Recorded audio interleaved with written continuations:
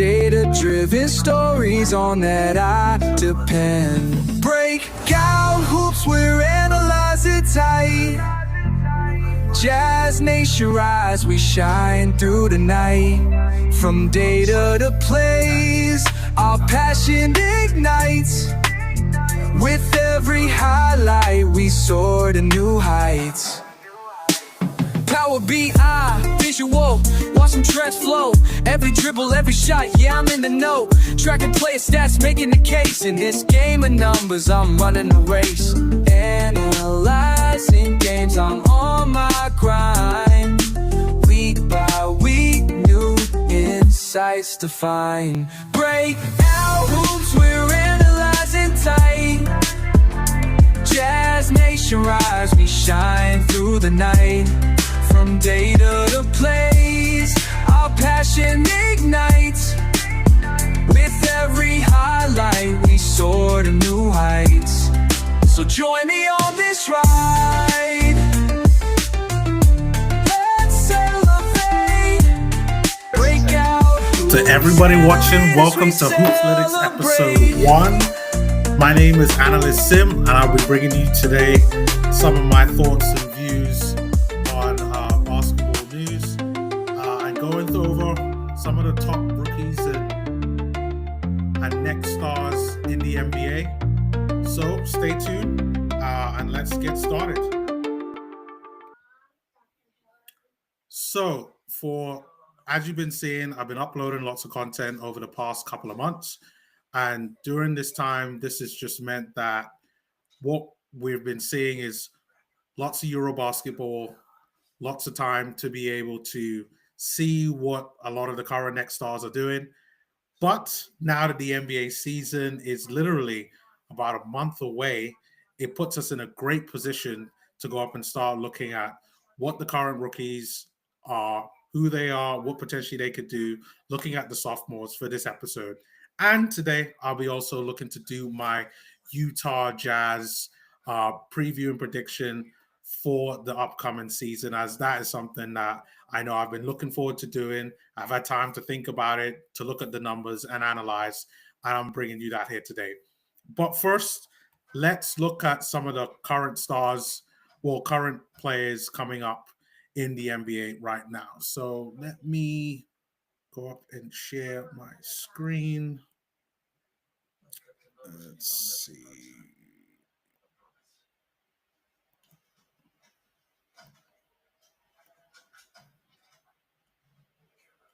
So for the current rookies,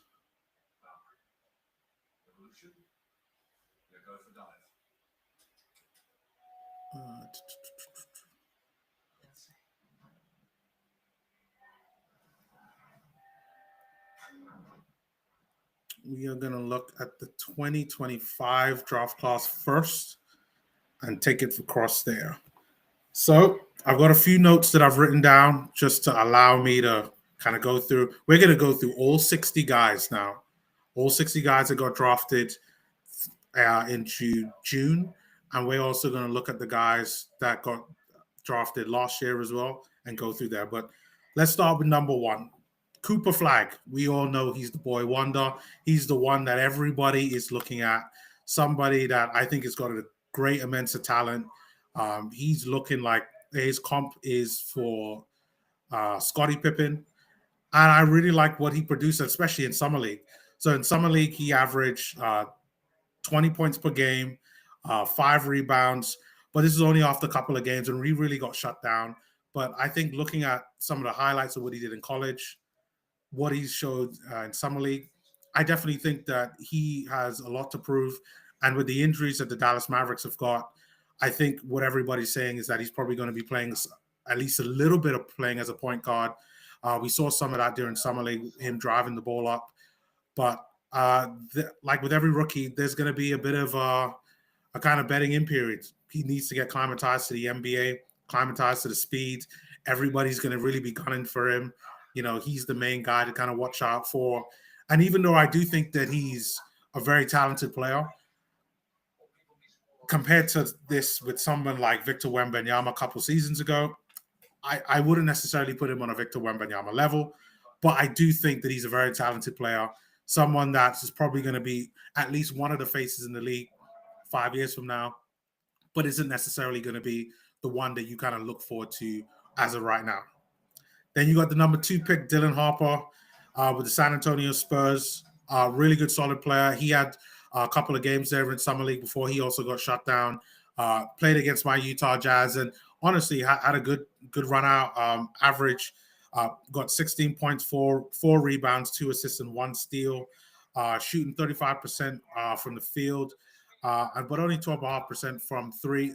You would obviously think a lot of those stats are going to improve. It's going to be quite difficult for him, in my opinion, to get a lot of games. I know everybody's saying that he could play with Stephen Castle, who I'll also be talking about later on in today's show. But I do think that, again, with him, it's going to be time. I know he's had some injury issues as well. That's something that he's going to have to also deal with. But again, I think he's a good quality player. He's someone that if we didn't have Isaiah Collier and if we didn't have Walter Clayton Jr. for the Utah Jazz, I'd want him at the Jazz within a heartbeat.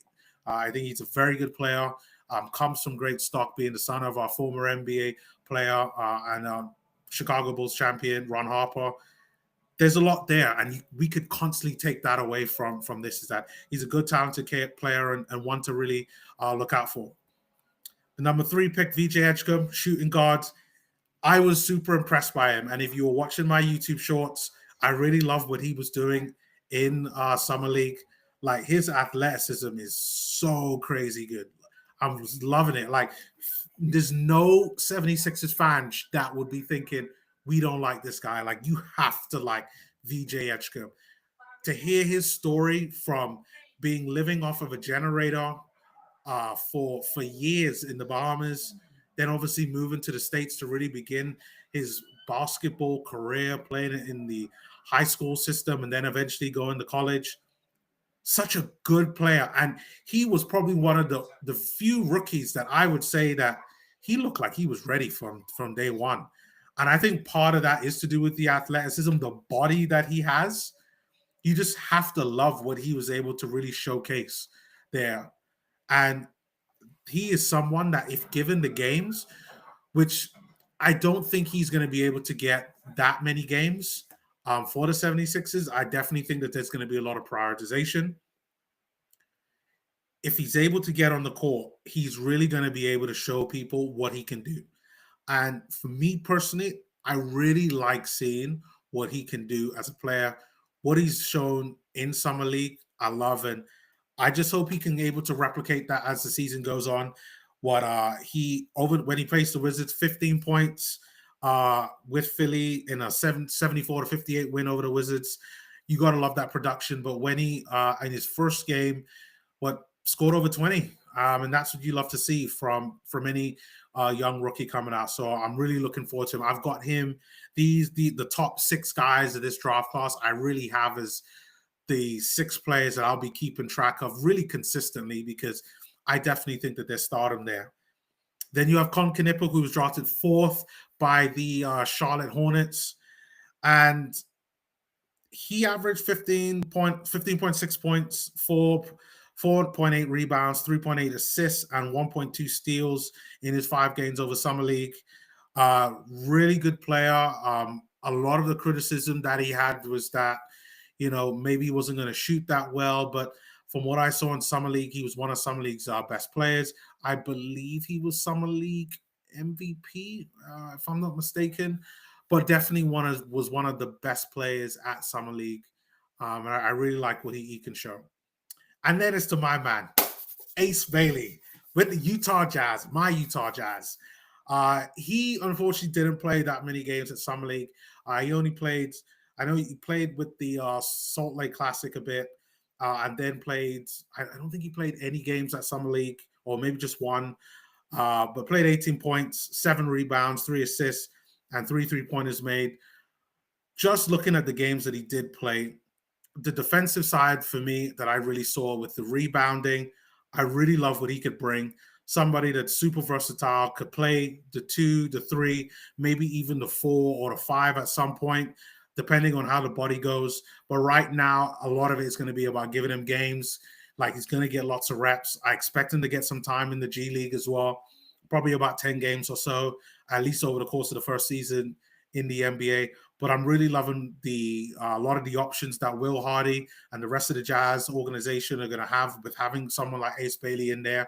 I expect him to at least be in the rotation for the Jazz. And I'll be going over in lots of detail with my Utah Jazz kind of prediction breakdown later on in this video.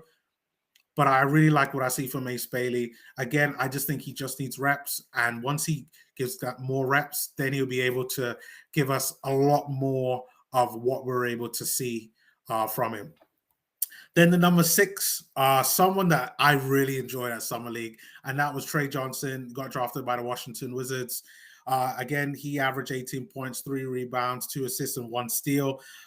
He was 7 of 13 from the field in one of the games, and 3 from 5 for one of the games. Like, I saw one of the games that I saw, he's just oozing with confidence. You just saw that he knows he's one of the best players on the floor. And even though he did get drafted by the Wizards, who I do think is pretty stacked with a lot of young players, there's going to be a lot of competition. But like the old saying says, the cream definitely rises from the crop. And I expect to see Trey Johnson basically rise to the crop and be definitely in the rotation, and probably by the end of this coming season be in the starting lineup for the Washington Wizards. I know that's another player who I also like there, just got traded there, Cam Whitmore. I expect him to also get some games.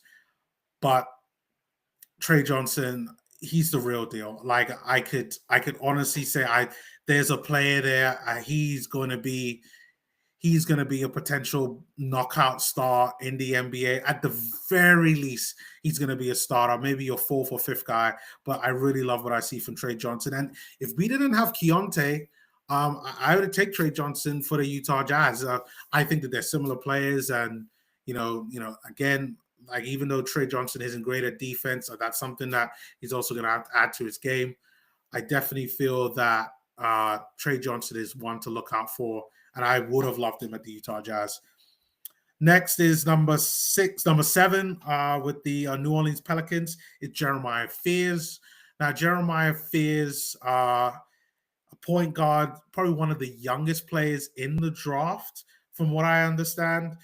I think his best game was against OKC, 22 points against OKC. Really loved the fire that he showed in one of the games that he played. He's someone that has no problem giving it. And I really love his confidence, his attitude towards the game. Again, he's probably a project, one of the youngest players in the draft. And he's got a long way to go. And with him being 18, we're probably not going to see the real Jeremiah Fears unless he's getting a lot of games until probably about year 4 or 5, in my opinion. I think as long as the New Orleans Pelicans have Zion Williamson there, Zion is the guy. Zion is going to be the guy that they kind of given the rock to for the most part. And as long as Zion stays injury-free, Zion will start. But to have a guy like Jeremiah Fears there to be able to bring him on, that's someone that you want. And I think he'd be great to have in the rotation. But I think to see a lot from him in the early days, I don't think we're going to see that much from him unless there's a lot of injuries coming to the Pelicans. But I thought that was a good shout out for the Pelicans. Then there was Diego Demon. I didn't see a lot of him during Summer League, but I do think that he's a good player. I love his build. Like, he's 6'8", 6'9", depending on like which source that you're looking at. Plays as a point guard, but really and truly, if he comes good, he could be truly special. You got a 6'8", 6'9" point guard. Like, we haven't seen anything like that. Like, someone that's truly impactful at being 6'8", 6'9" since Magic Johnson.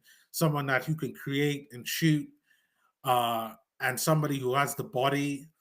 He truly could be special. But right now, again, I think he's a bit of a project. Looking at the sources that I've looked at, like, his shooting was always questionable, but I have to say in Summer League, he shot the ball very well, but he wasn't that creative in Summer League, but is known for his creativity. So it's going to be pretty interesting dynamic with the Brooklyn Nets and what are they going to do to kind of get the best out of him. They also drafted about lots of players in this draft that we're going to come under. So I do like what I see from Diego Demon, but again, you're just not sure what he can do and not sure if he's going to get that opportunity. But it's going to be really exciting to kind of watch them to figure it out during the season. So I'll be looking forward to watching the Brooklyn Nets this season. Then there's Colin Murray-Boyles, drafted by the Toronto Raptors. He produced a game high 20 points, 9 rebounds, 4 steals, 2 assists in a victory over Golden State Warriors. I thought he was pretty solid throughout this summer league. Again, good solid performance. Is he going to get games to Toronto? That's going to be the key thing. I think that Toronto picked up some pretty good guys during this past draft. And even though a lot of people are seeing them as another side that is still in a somewhat rebuild, I think that they're going to surprise a lot of people this season with the likes of Colin Murray-Boyles. Just not sure on how many games that he's going to get, but I'm going to put it that he'll probably get about 30 games, averaging about 12 minutes a game. But again, good solid performance from him. Then number 10 was Kaman Malowach. He got eventually traded to Phoenix. Plays as a center. Obviously, everybody knows he played with Cooper Flagg. And I thought he had an okay summer league. A lot of people say that he wouldn't. Didn't shoot the ball well. I did have to say that. And did look a bit raw when looking at a lot of the games that he played. But it's really going to be there for being a rim protector for Phoenix. But I don't see him being anything more than that. Did try to shoot the three ball, but again, was a bit shaky. But let's see what he manages to do in the NBA. Again, I hope that they manage to get minutes for him. You know, Phoenix have got the likes of Ryan Dunn, who I'll be talking about later on. But I think it's going to be more as a speciality kind of player to use, depending on how things go with injuries. But I expect him to get some type of games. Number 11 was Cedric Coward. He didn't play at Summer League, was injured. Number 12 was Noah Asenge, drafted by the Chicago Bulls. He was probably famously known for getting dunked on Johnny Furphy, which was just insane to see that look on his face. But again, besides from the dunk that he was the victim of, did look like he was a very good player. Loved what he could do. Love his build. Like, he's someone with lots of potential. And I think the Chicago Bulls, who are somewhat in a rebuild, like, you know, they're always trying to they kind of look like they looking for the playoffs, but at the same time, they're not. And I know they get criticism for it, but at least they try. Not sure if Noah Asenge is going to get minutes, as, you know, Billy Donovan isn't typically a fan of young players and tends to really ease them in unless they really show dominant performance. So I expect him to probably be in the G League for a bit. But I think he'll get games. I'm going to say probably 30, 40 games in the NBA, at least in his first season. Then there's Derek Queen. He had a bit of games, but then he got injured. But so far, I really did like some of the games that I saw from him with the Pelicans, seeing the interaction between him and Jeremiah Fears. But again, he's probably going to have to work on his weight. I hope he's not another Zion who has tons of weight issues, because when he did come at the combine, he wasn't in great physical shape.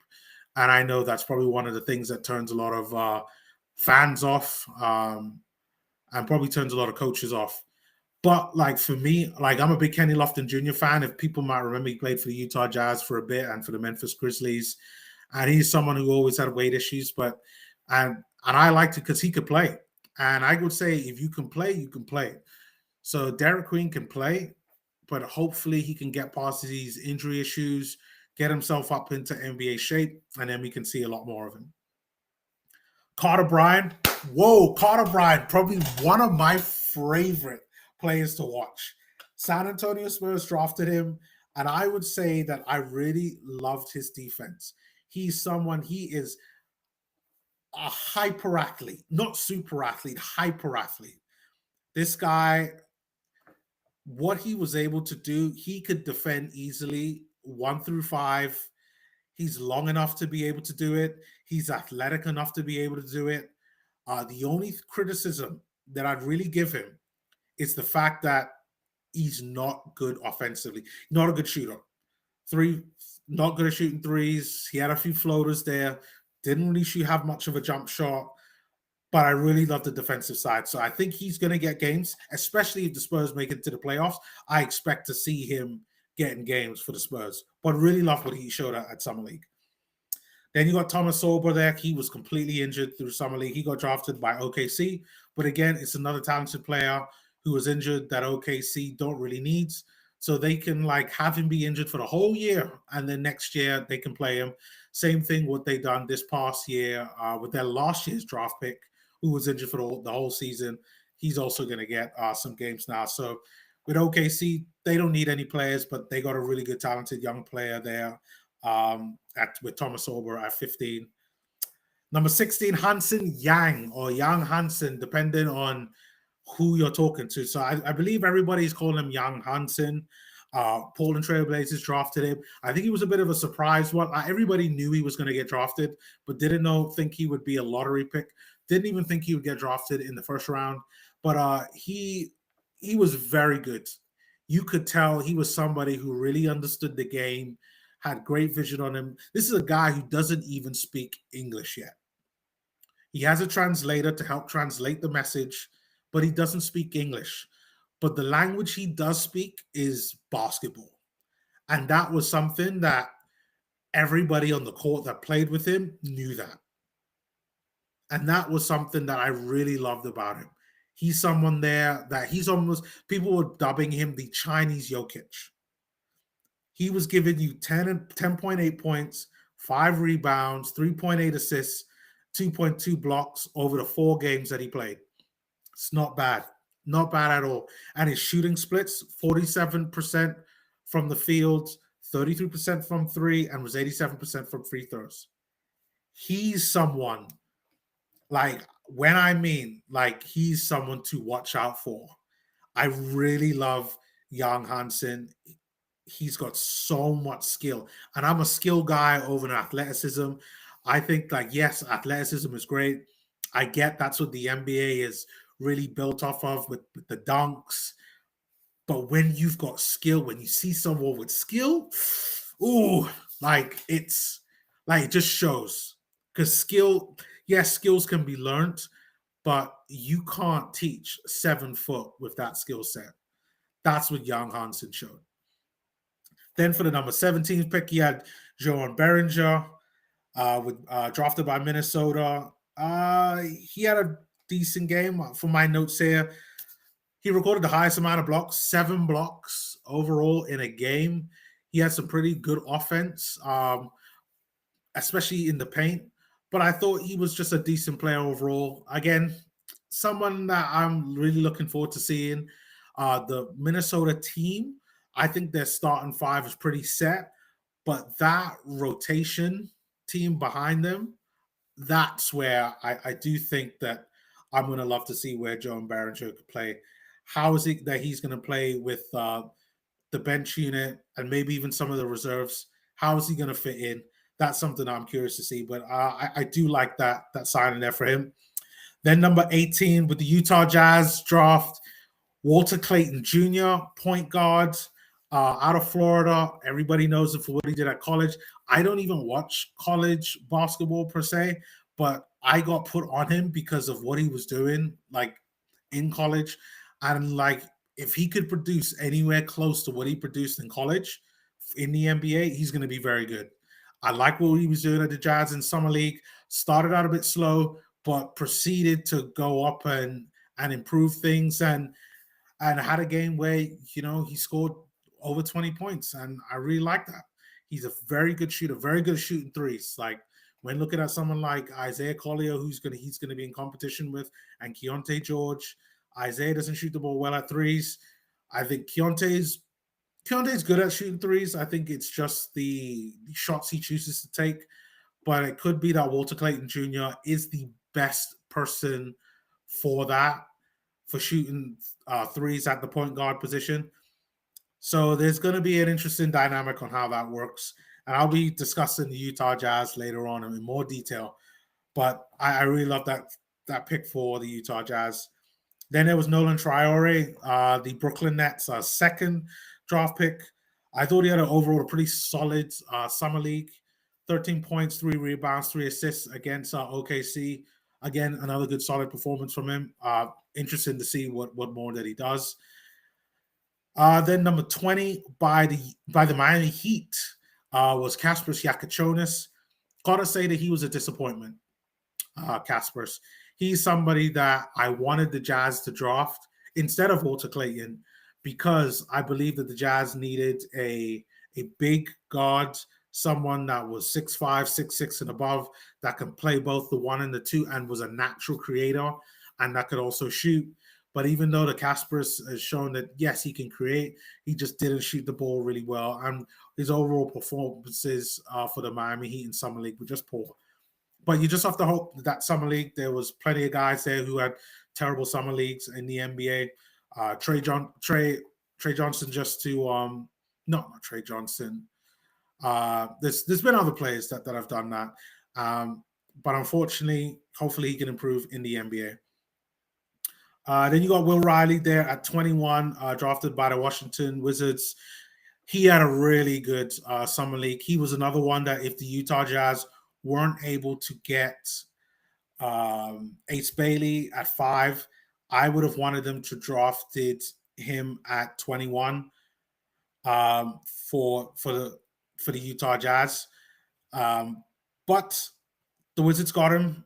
He performed well against the Nets, got 16 points, three assists, got great length on him, long, could defend, played actually with Kasparas Giacochonis at Illinois. And I think he's going to be a good, solid player for them. But again, he's probably going to fall into that mix of, with the Washington Wizards, who do you go with? The Wizards have so many young players. It's going to be so much competition. Who really are you going to go with? So I expect there to be lots of battle with the Washington Wizards on who they actually play. And Will Riley is going to be one of them that's going to be involved into that. You had Drake Powell there, who was injured at 22, small forward.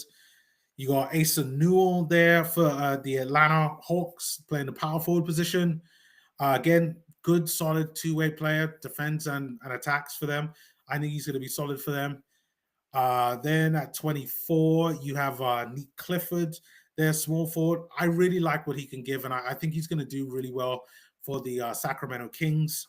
I don't think he had a really good all-round good performance. Like, he got back and defended. Offensively, he was good.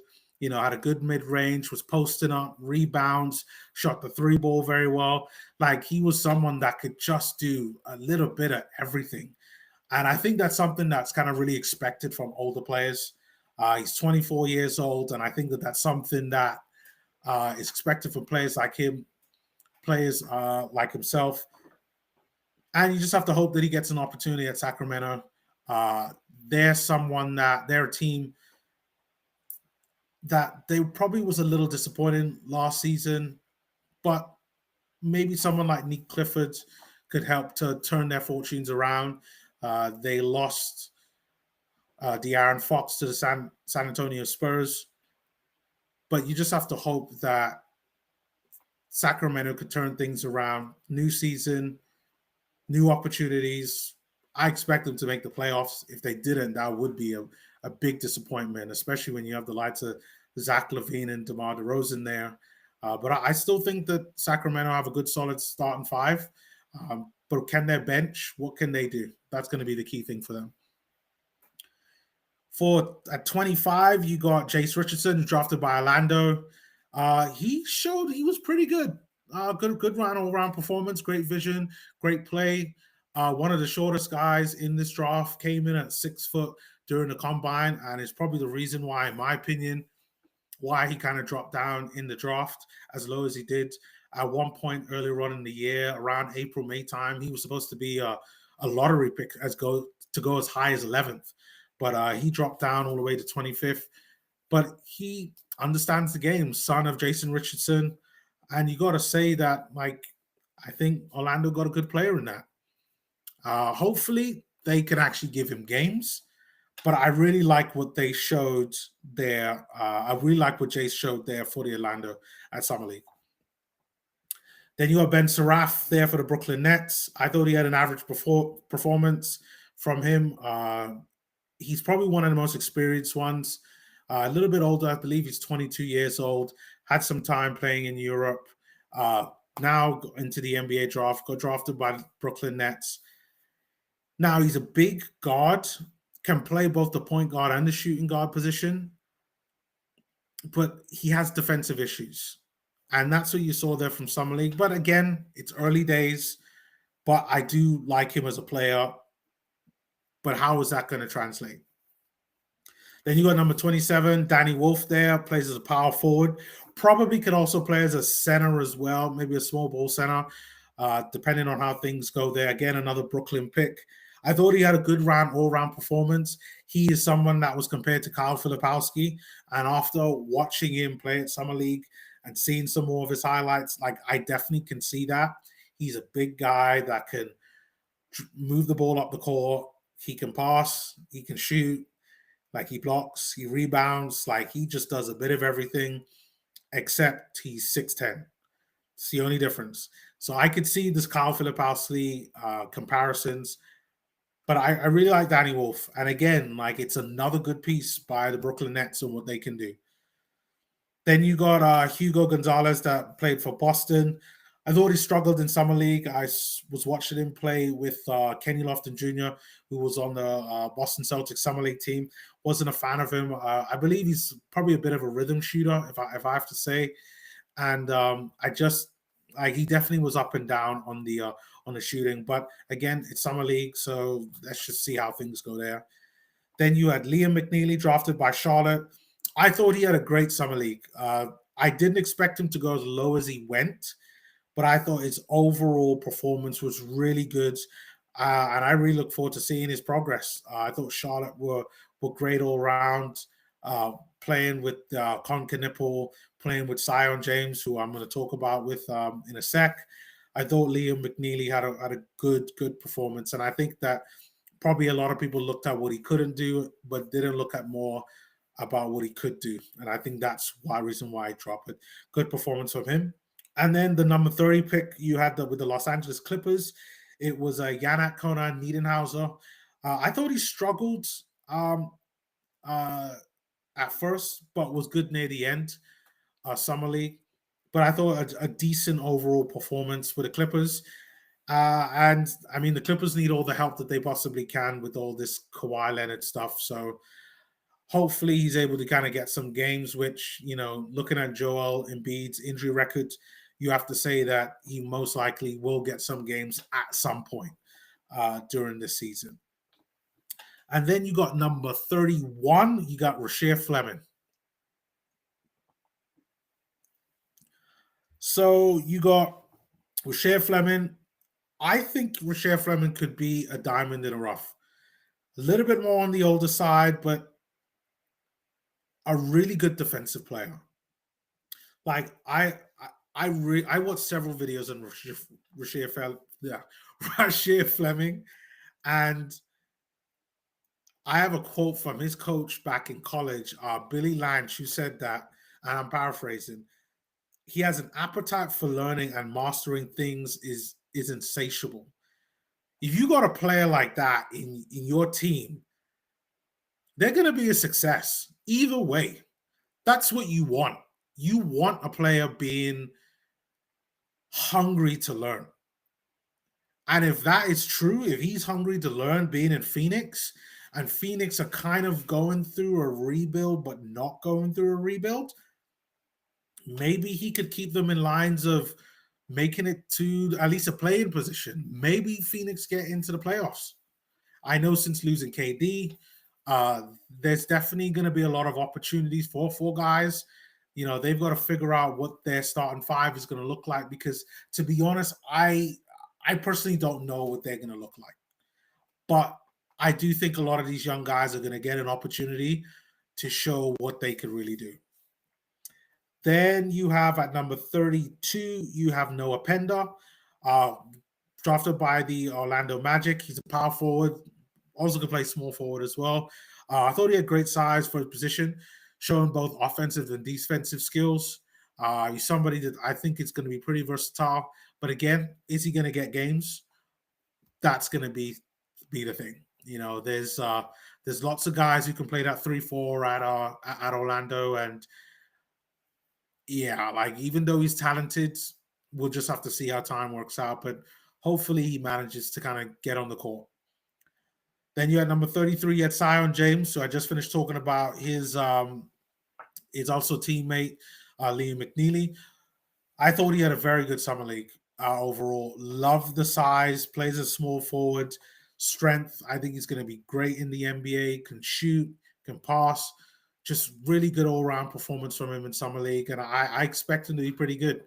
Again, he plays for Charlotte, who seem to be collecting players, and I think that they are still trying to figure out like what they have.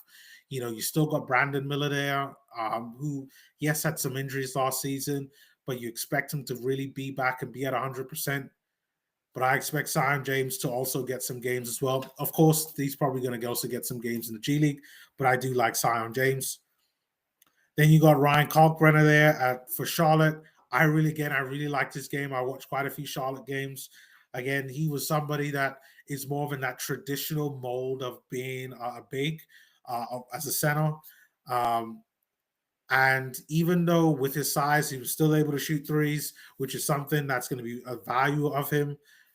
But I still like the fact that, he was a rim protector. He's going to give Charlotte exactly what they need. They already got rid of Mark Williams and they need a center, and Ryan Kalkbrenner is going to be that guy for them. Is he going to start for Charlotte? Is going to be the interesting one. Hopefully, yes, but at the very least, he's going to be in the rotation. I definitely expect that.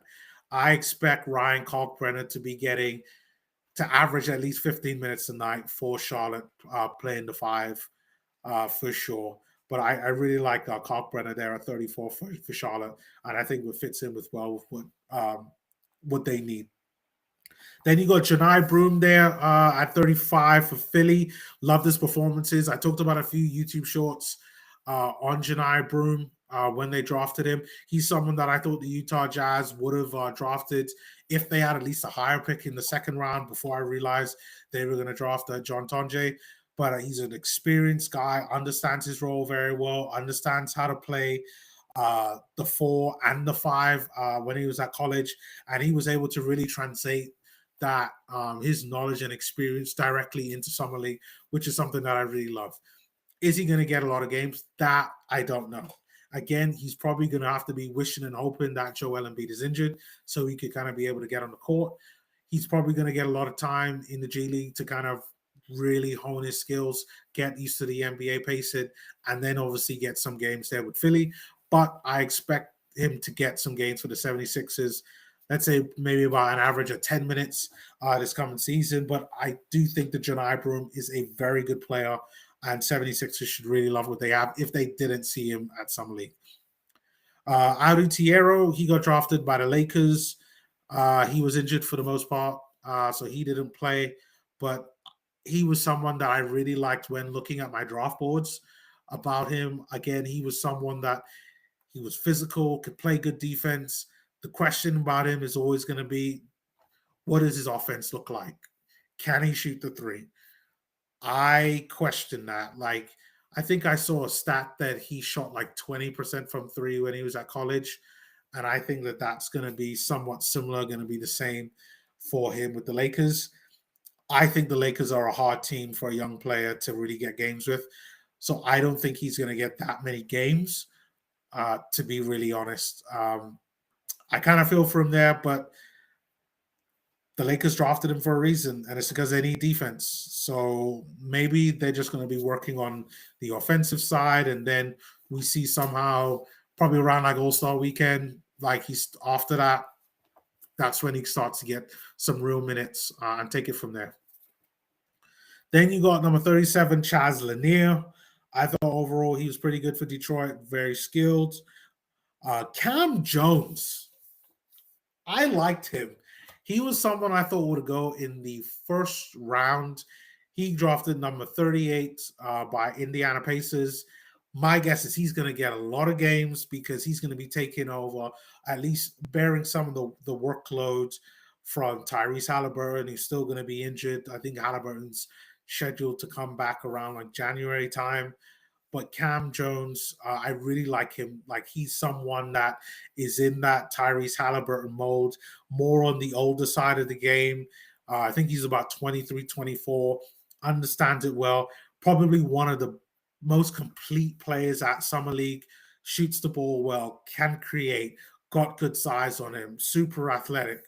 He just gives you everything. The only criticism that I think NBA teams put on him is that he's a bit older. But I do like Cam Jones. He's one that I've definitely got on my list to kind of watch out for. Then number 39, you had Elijah Martin for Toronto. I thought he had good athleticism. I think he's going to be pretty key to them. Number 40 was Micah Peavy for the New Orleans Pelicans.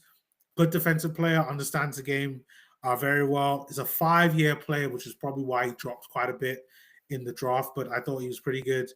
Number 41 was Kobe Brea for Phoenix. Lights out shooter. Like, they're going to love him there. 42 was Maxime Reynaud. Surprised he dropped that low, but he's gone to Sacramento, and Sacramento need a big, like a Maxime Reynaud. And I think he's going to get a lot of games there. I think he's a good all-round center. Good rim protector, shoots the ball very nicely. It really is exactly what you would want. So I like him there.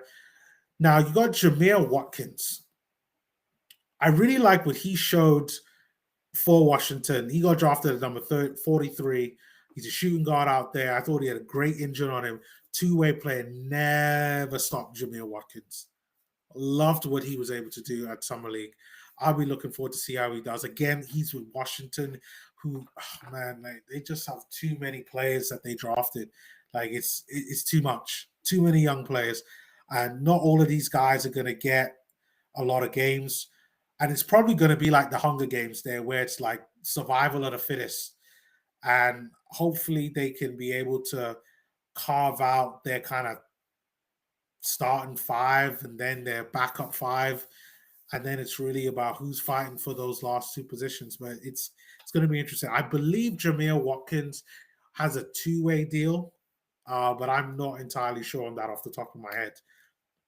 Then you got number 44, someone that I really like looking at, and I think they did it again. Drafted by OKC, he's a shooting guard that they drafted at number 44, and that's Brooks Barnhizer.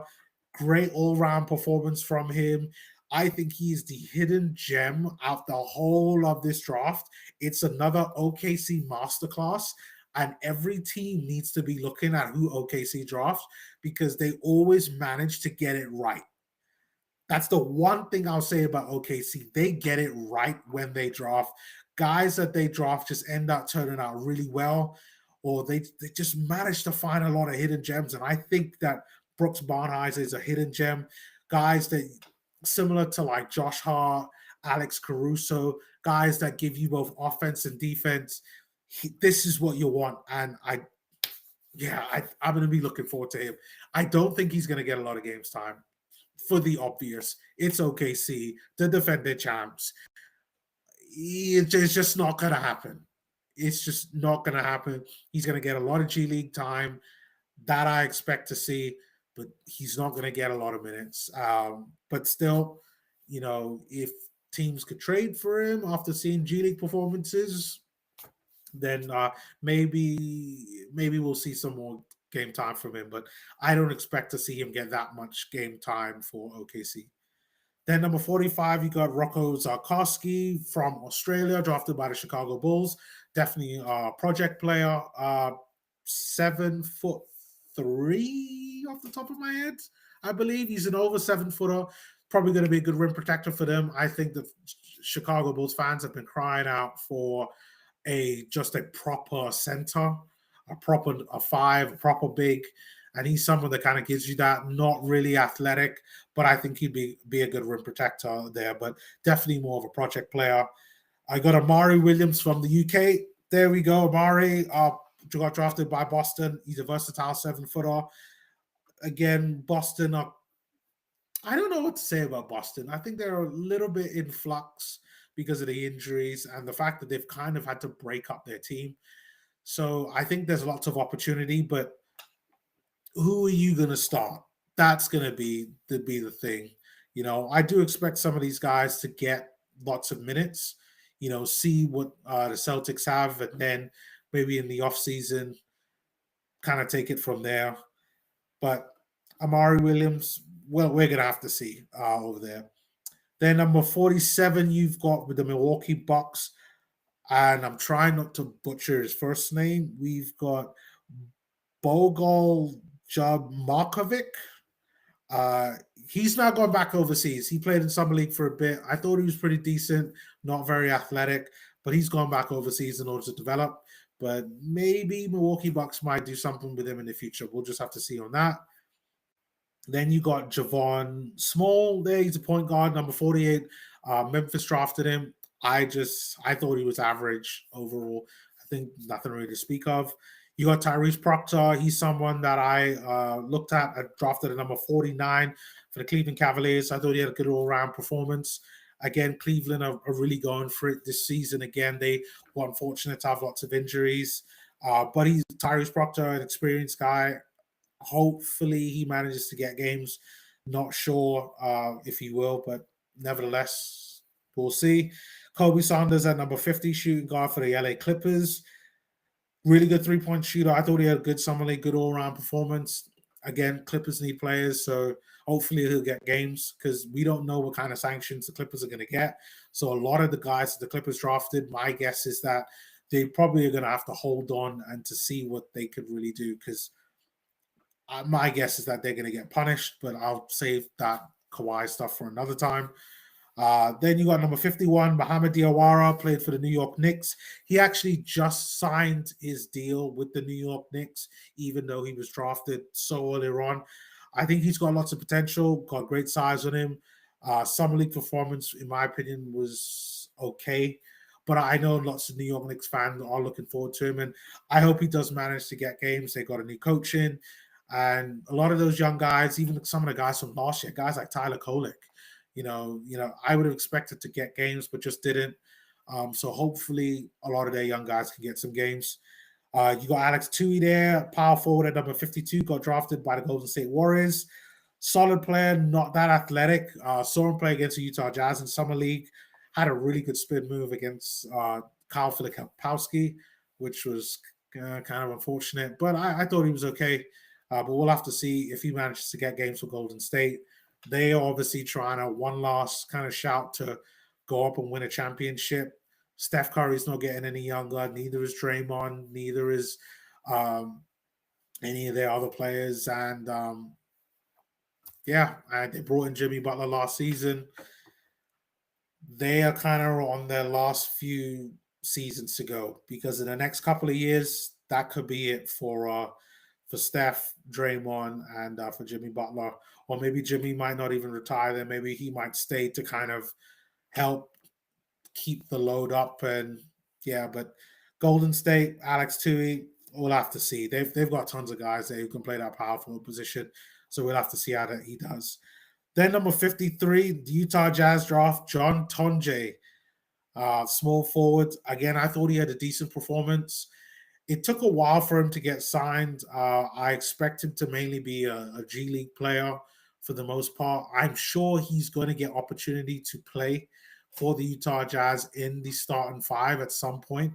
But my guess is that that's probably going to be after the All-Star break in the second half of the season. But we'll just have to see how all of that turns out. Then number 54, you got Taylor Peter. I thought he had a good performance, drafted by Indiana. You got Lachlan Ulbrich, drafted by Chicago, number 55, power forward. Thought he was a good, versatile big. Plays a lot of good post moves. You got Will Richard there, shooting guard there at number 56 for the Golden State Warriors. I thought he had a good three-point shooting games. Then number 57, you got Max Shulga there at Boston. I thought he had a decent performance, good combo guard for his size. I thought he had some up and down games playing for Boston. I saw how he was playing there with Kenny Lofton Jr. there for Boston in Summer League. But I do like him. Then number 58, you had Salu Nang for Cleveland. I thought he didn't get a lot of opportunity at Summer League, but at EuroLeague, he was really good. And I put lots of content out about that. And then finally at number 59, you had Jermaine Meshack for Memphis. I definitely think for him it's too early to tell at number 59, the shooting guard. Is he going to get a lot of games? Probably not. Like Memphis are really trying to do a lot of things this season. And I don't think that this is the time for him to get lots of opportunity. So it's probably going to be a lot of G League stints for Jermaine Meshack. And there you go. So that is it for all the rookies that just got drafted and my thoughts on that.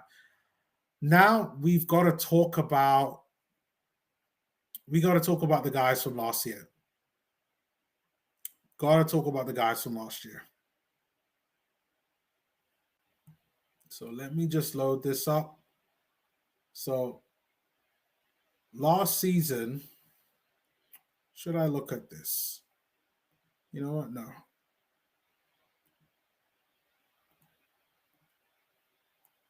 We got to look at the guys from last season now.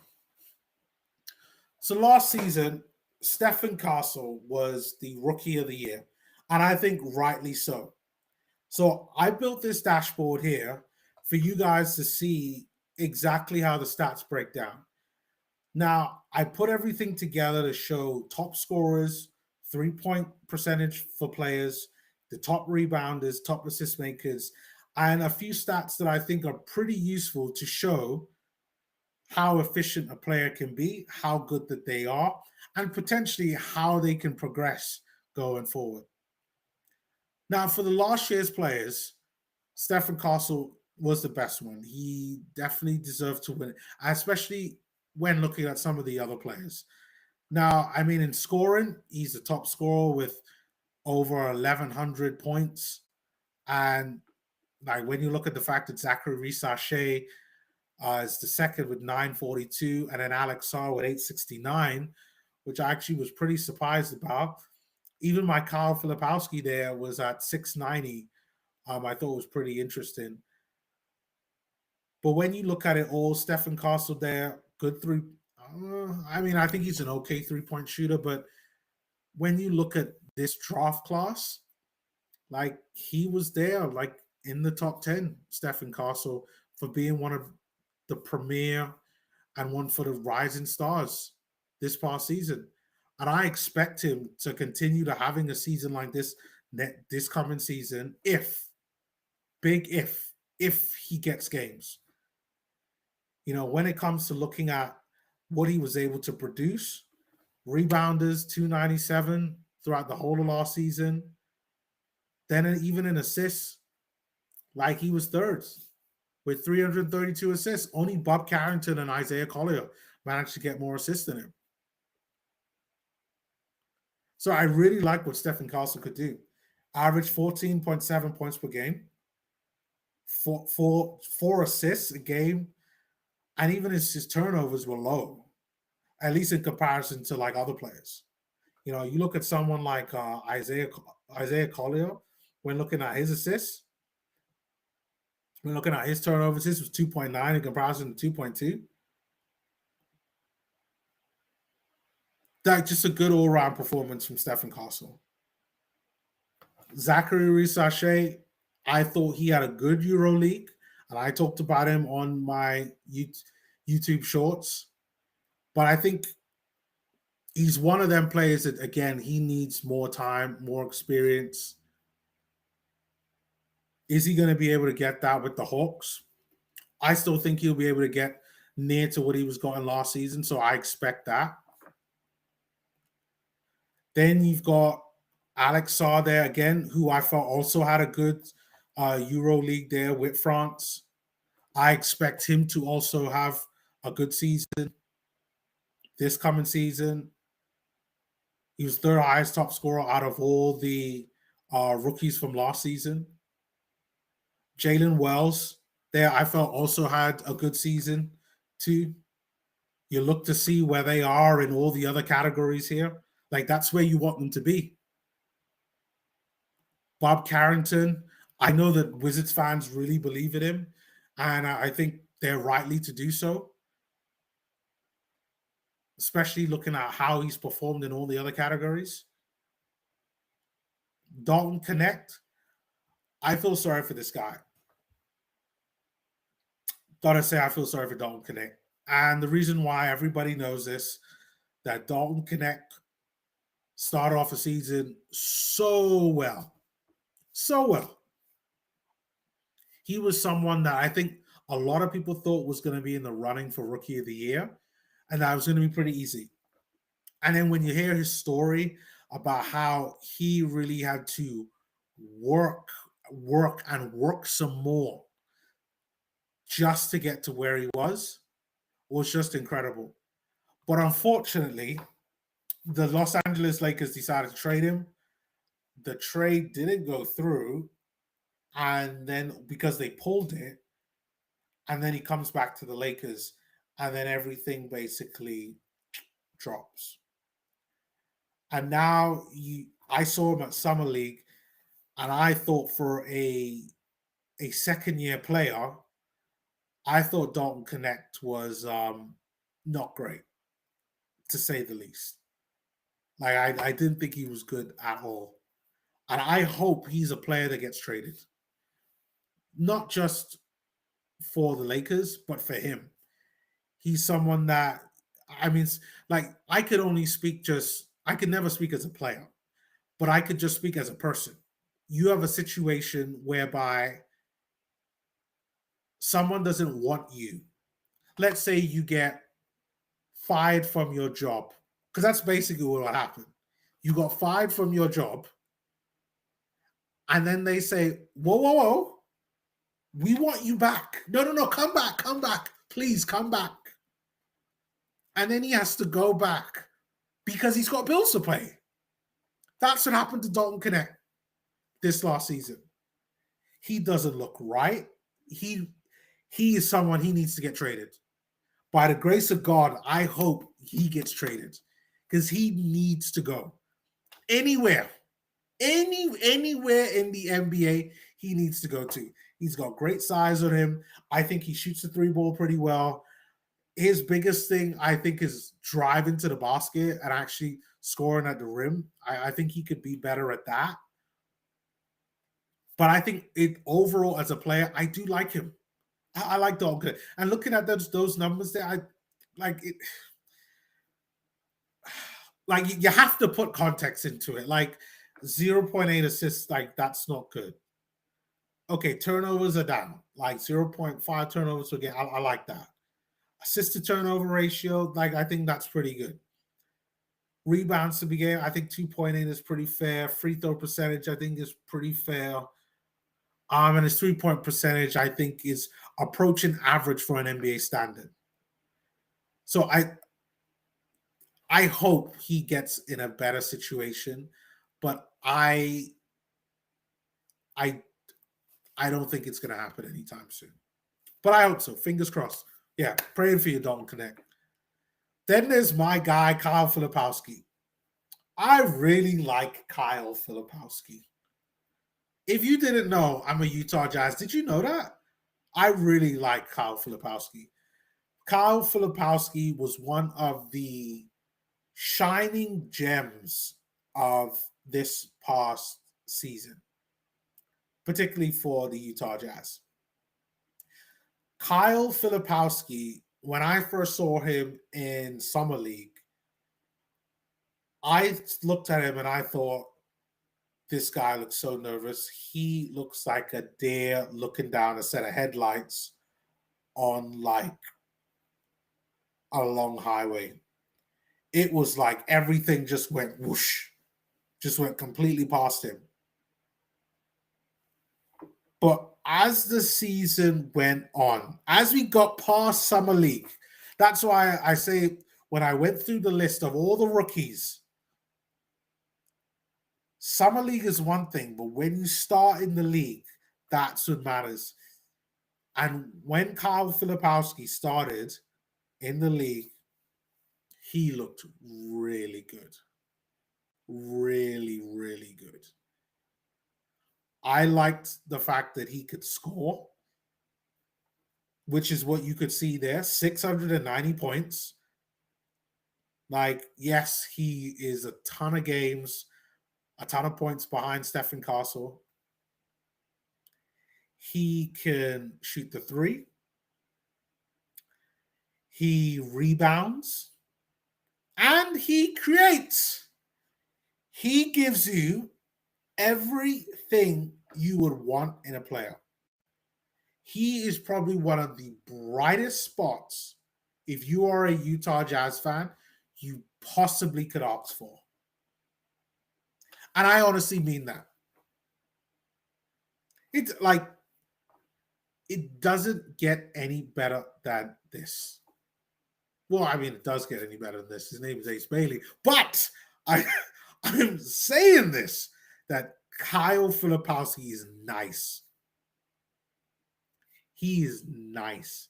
I really like Kyle Filipowski. I expect a lot from him. I think that he's going to get similar number of games as what he got last season. He will get similar number of, he's going to get similar number of games. He's probably going to be used as a rotation player more, but we'll see. I think he'll definitely get more minutes than what he got last season for sure. But now Lowry is going to be back. We got to see what happens there. You got Matas Bozelius. I thought he was pretty good all around. Looking at where he kind of stacks up in all the kind of major stats, like he's a scorer and he shoots a three. Nothing wrong with that.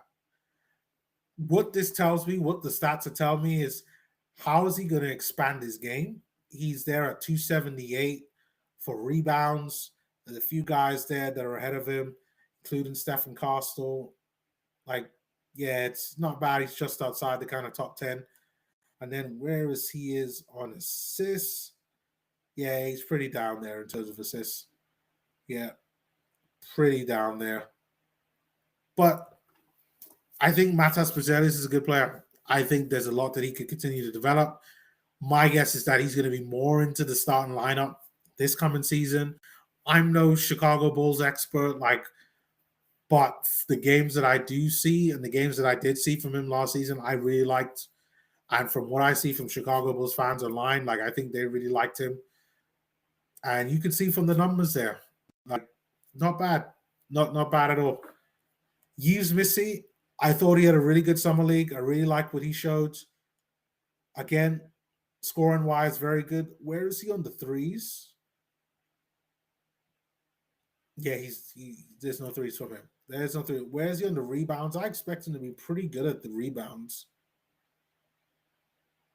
Did I miss Missy? Oh, no, he's number one. How did I miss that?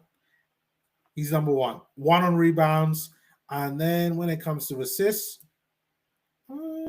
he's pretty good position for assists. So not only does he give you points, he rebounds and he gives you assists. Good, solid player all around. What is he going to do this season for the Pelicans? Again, I think with the guys that the Pelicans drafted, I still think he's going to give you more of the same of what he gave you this past season. I think the only way that his progression derails is going to be dependent on how he's able to kind of stay healthy. But I think for the most part, you're gonna see the same from Yves Missy. I think the one thing you would have liked to see, when you have a big, at least unfortunately now, without a game is played, this column here, this 3-point percentage column, this can't be zero.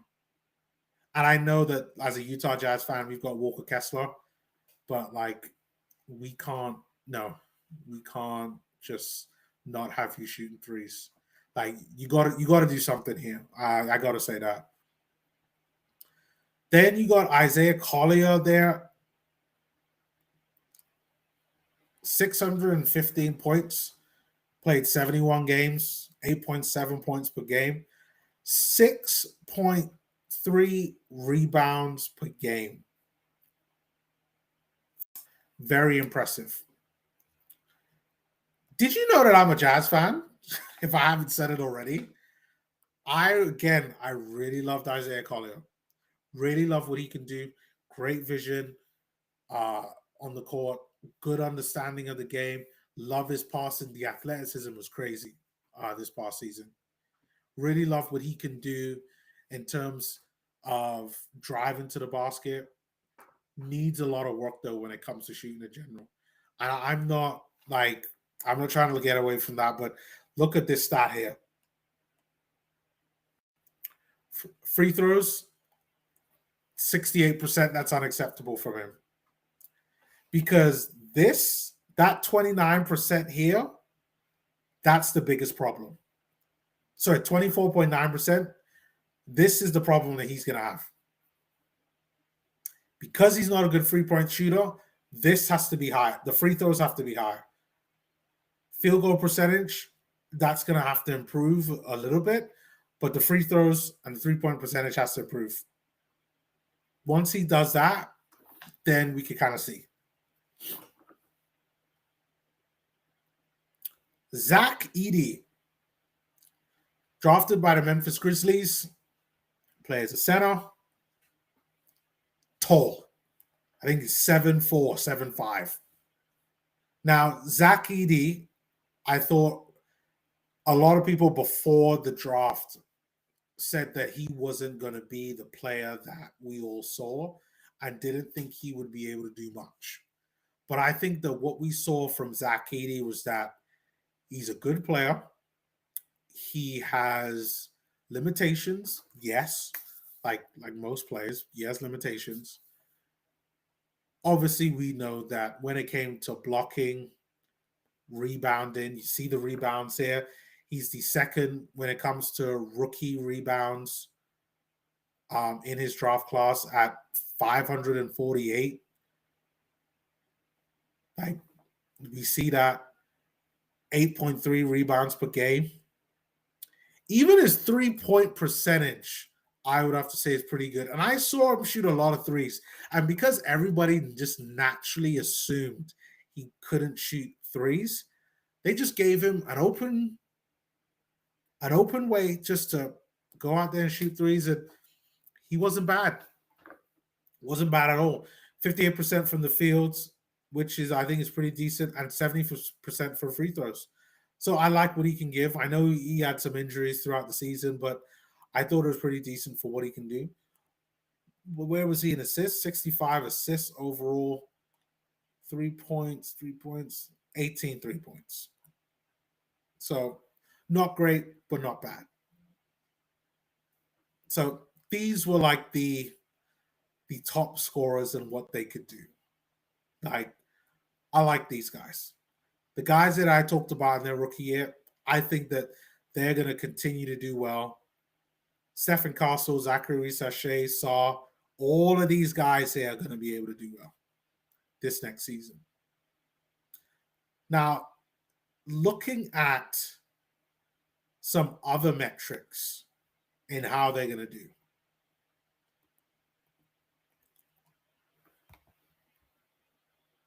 Let's look at last season properly.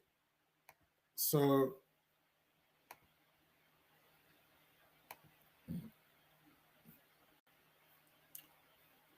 I use this table to look at last season, but also look at the player efficiency rating for some of these players, because I think that's going to be key to whether how they perform in games and where they kind of stack up to other players as well. So I'm just looking at the draft year, and you're looking at guys like, let's say, Donovan Clingan was the most efficient player last season.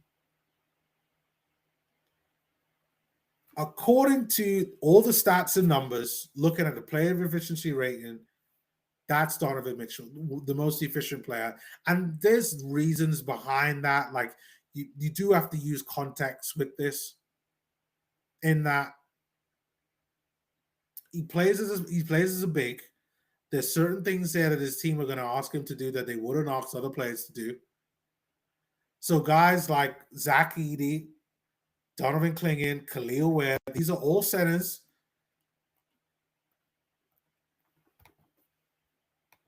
And they're all going to have similar issues. They're all like their PEIs all around the same. Collier there, similar. He's at 19.4. Bobby Clintman, he's the first one out of there, but how many games did Bobby Clintman actually play? Not many games.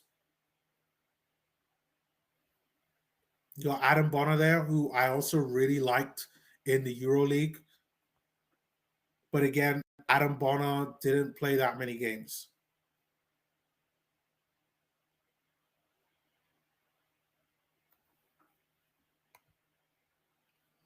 But let's look at a few other players there from last year's draft.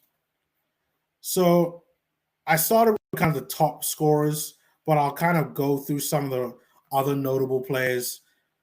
Reed Shepherd with Houston. I just hope he gets games. Ron Holland III. I thought he had a good playoffs. Again, good defensive performance from him. You had Rob Dillingham. Didn't get a lot of games, unfortunately, but I think it's still a good player. Cody Williams there drafted at number 10. I'll be getting into in a short while when I talk about the Utah Jazz, but not a great season. Probably the worst season that a rookie could have in the NBA.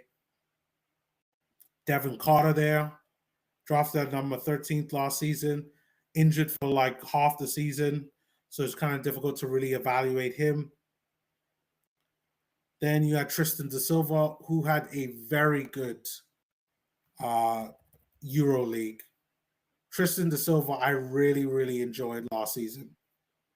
Didn't get a lot of games for the Magic last season, which kind of throws his numbers off. But drafted number 18. But when you look at the minutes per game, what he's doing in the games, really good player. Really good player.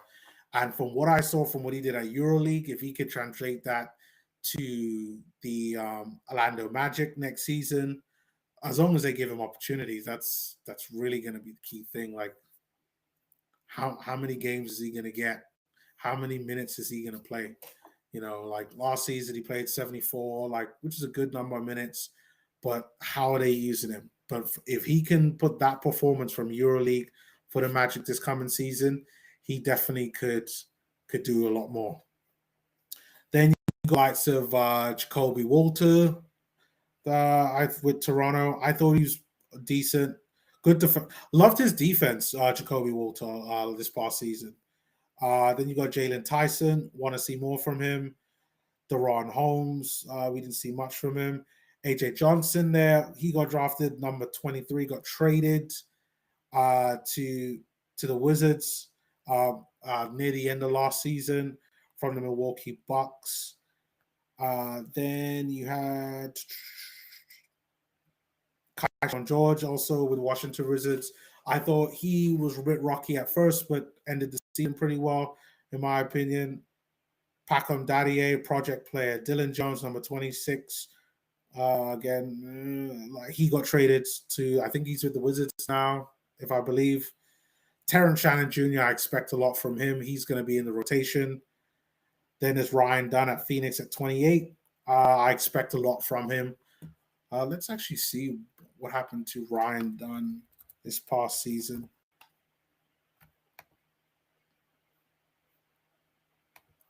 Ryan Dunn, again, similar to Tristan da Silva, though he had an okay season. Earlier on, not so much, but then kind of finished the season pretty strongly, played 74 games. Overall, they've got him as a below average when it comes to efficiency. Again, you have to look at his role in the team, and his role of the team is pretty sporadic. But this seeing where things are, is he going to end up being an all-star one day? Maybe not. But when you look at his minutes compared to rebounds and what he's doing within that time, it's okay. It's okay. So he's about average, overall. And I expect him to have a similar season this season, especially when you factor in all the competition that he's going to have. Then you got Kyle Filipowski, who I've talked about. Tyler Smith. We haven't seen much of him with the Milwaukee Bucks. Tyler Kolek. We can talk about Tyler Kolek. I like Tyler Kolek for what he did with the New York Knicks. Didn't get a lot of games for the Knicks. Played 41 games. I know he got some games or got some runouts in the playoffs. But again, it's one of those situations where, again, guys just need games like 7 minutes per game. Just it's not enough for a guy that plays as a point guard. If he could get more games, he could be something. 2 points per game. Yeah, again, play efficiency rating is low, and because of that, but like, what are you supposed to do with just 7 minutes per game? So that's one of those things where I hope that he does get more games this season. I mean, obviously, when you got Brunson there, who is the star, you just kind of never know. But let's see what happens with Tyler Kolek, who did one. Johnny Furphy. Let's talk about Johnny Furphy. Let's see what he has. He was drafted just after. Johnny Furphy. Johnny Furphy, again, another situation with him, just not that many minutes to really kind of speak of. And you kind of expect this now where kind of in the second round here, like a lot of guys just aren't getting anything minutes. But with the amount of changes that the Pacers have had, you kind of expect him to get some games. So I'd be expecting Johnny Furphy to get a bit more. Then you've got like Juan Nunez. I think he's still overseas. Bobby Clintman with Detroit. Again, like he's going to continue getting games. AJ Mitchell, OKC. He was one of my favorite players last season, AJ Mitchell. I really liked AJ Mitchell. And even though he only played 36 games last season, I also know he had some injuries as well. I definitely expect a lot from him. I expect him to show exactly what he can do. He's a 6'6" point guard that can also play at the 2, and he could do a bit of everything. Like, the numbers just don't do him justice. Like, yes, that's his player efficiency rating that's got him at like 12.8.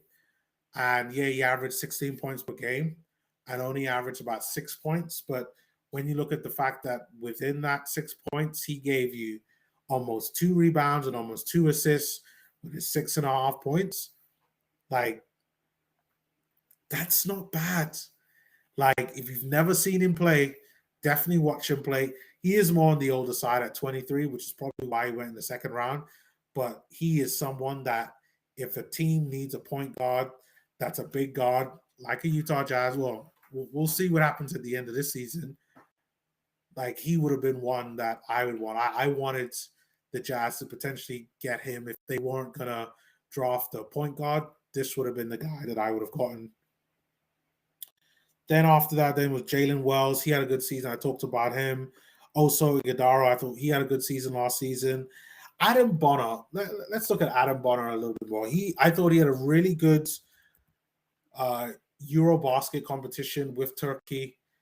They got him down there as average, played 58 games. I think this is pretty fair. I think you're going to see a lot from Adam Bonner this next season.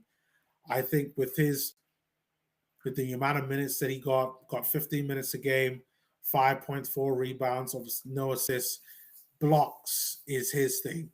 Like, he is a good rim protector. He's going to give you points. And if you shape your offense around getting him the ball, he will give you something. I like Adam Bonner. I expect him to be given more, especially when you look at what he did at Eurobasket. I expect at some point Joel Embiid's going to get injured, and I expect the likes of Adam Bonner and Janai Broom, those who just got drafted, to get some minutes there, and for people to really see what players like him could do. You got KJ Simpson there. I don't know. KJ Simpson. What did he do, KJ Simpson?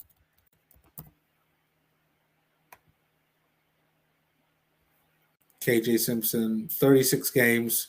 He's probably not going to make it. This replacement level, that's what this stands for. this means you're probably not going to make it. And KJ Simpson's not going to make it, is what I'd have to say. He got drafted number 42 there for the Charlotte Hornets.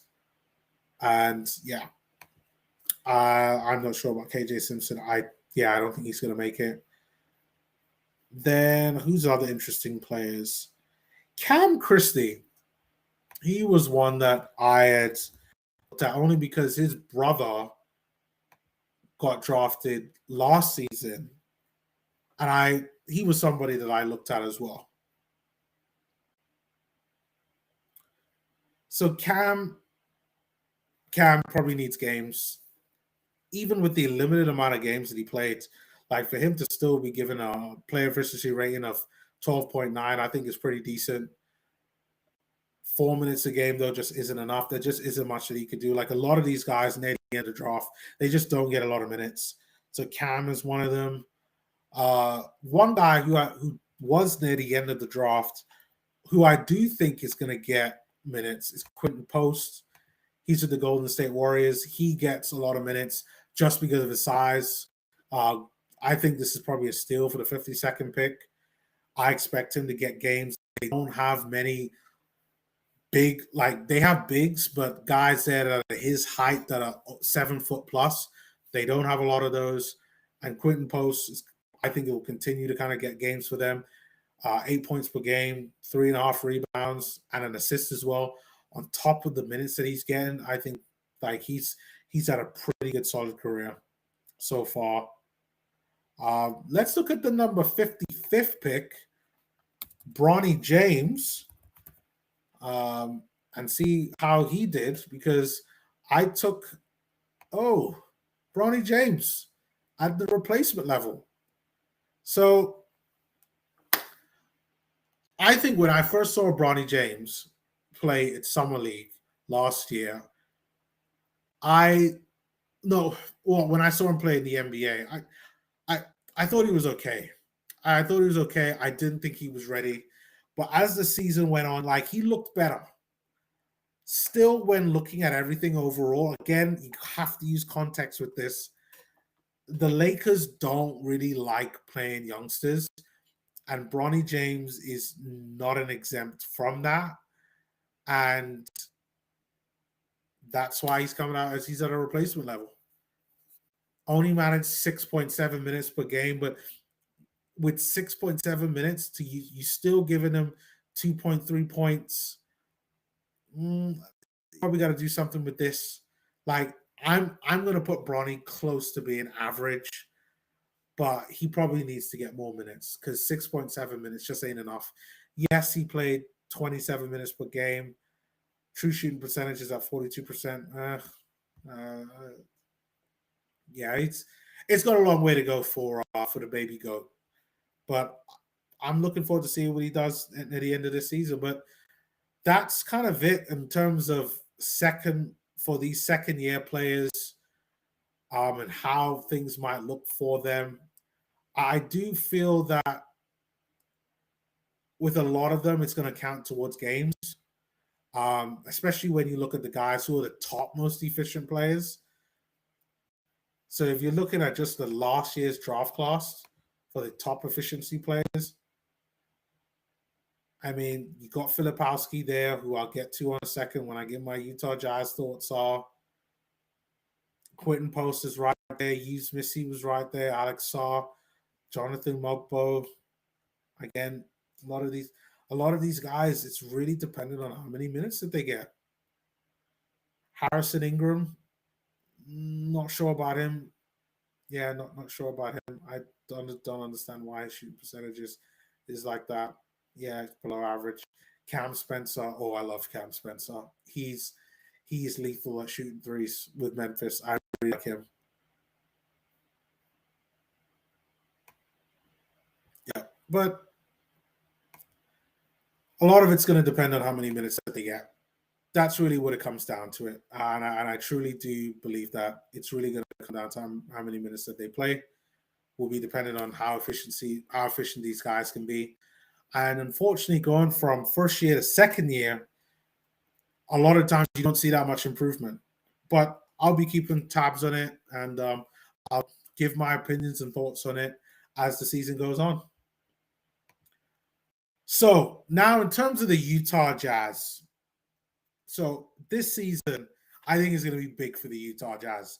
And I kind of label this season for the Utah Jazz as being the season that is decision season. We got decisions that need to be made about who's going to be our starting point guard, whether it be Isaiah Collier or Walter Clayton Jr., or even if it's Keontae George. But I don't think Keontae should be playing the two.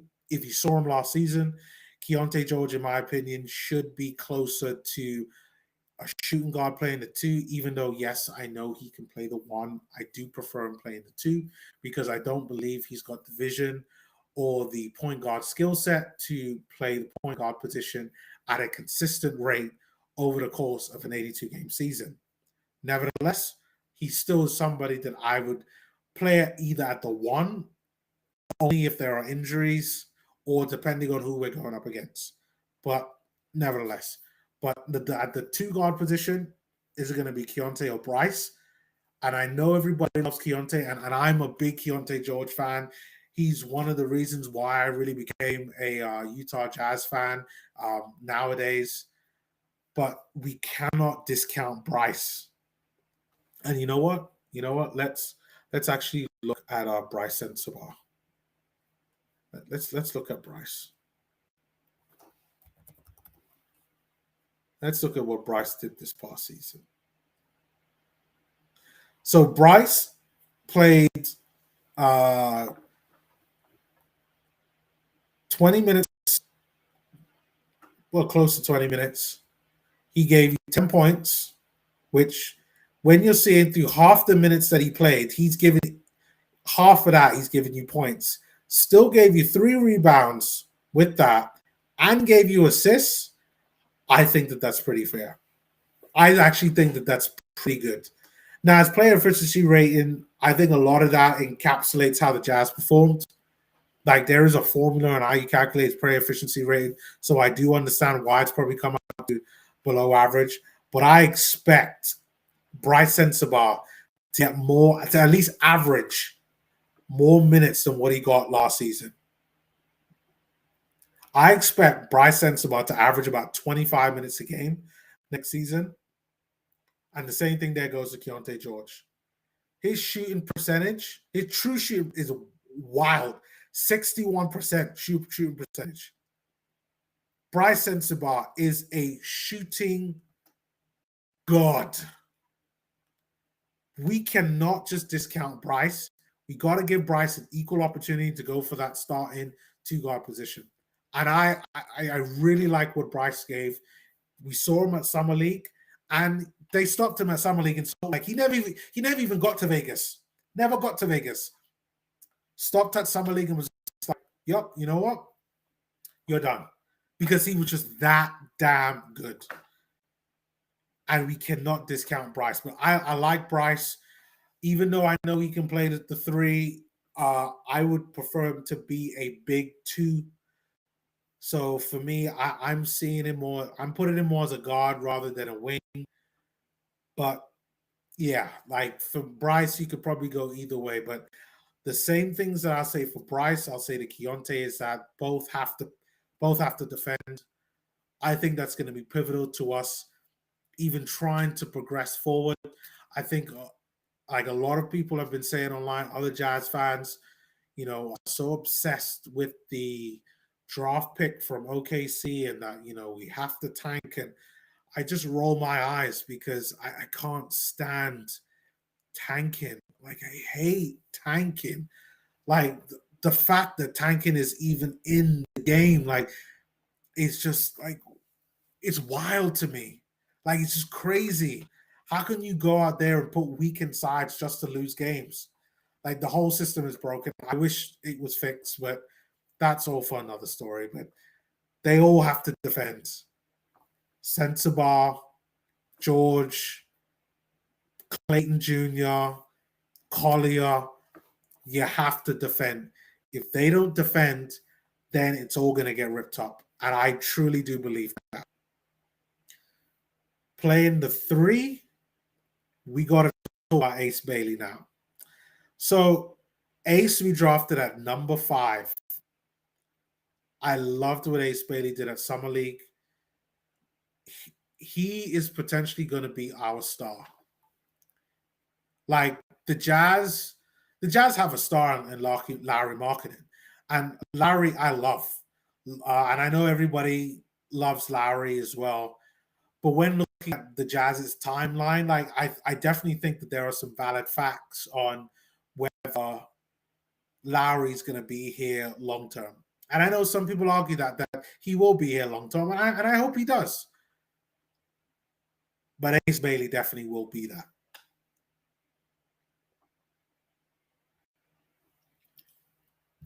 I expect Ace Bailey to play 60 games for the Jazz minimum. Playing in like either in the starting lineup or coming up off the bench. I expect him to get at least 20 minutes a game because that's what every other player, every other guy who's been at least playing, every other guy who's got drafted 1 through 30 for the Jazz, they've got at least 20 minutes. Cody Williams, who I'll get to in a sec, got 20 minutes a game. So I expect Ace Bailey minimum to get 20 minutes, probably closer to 25.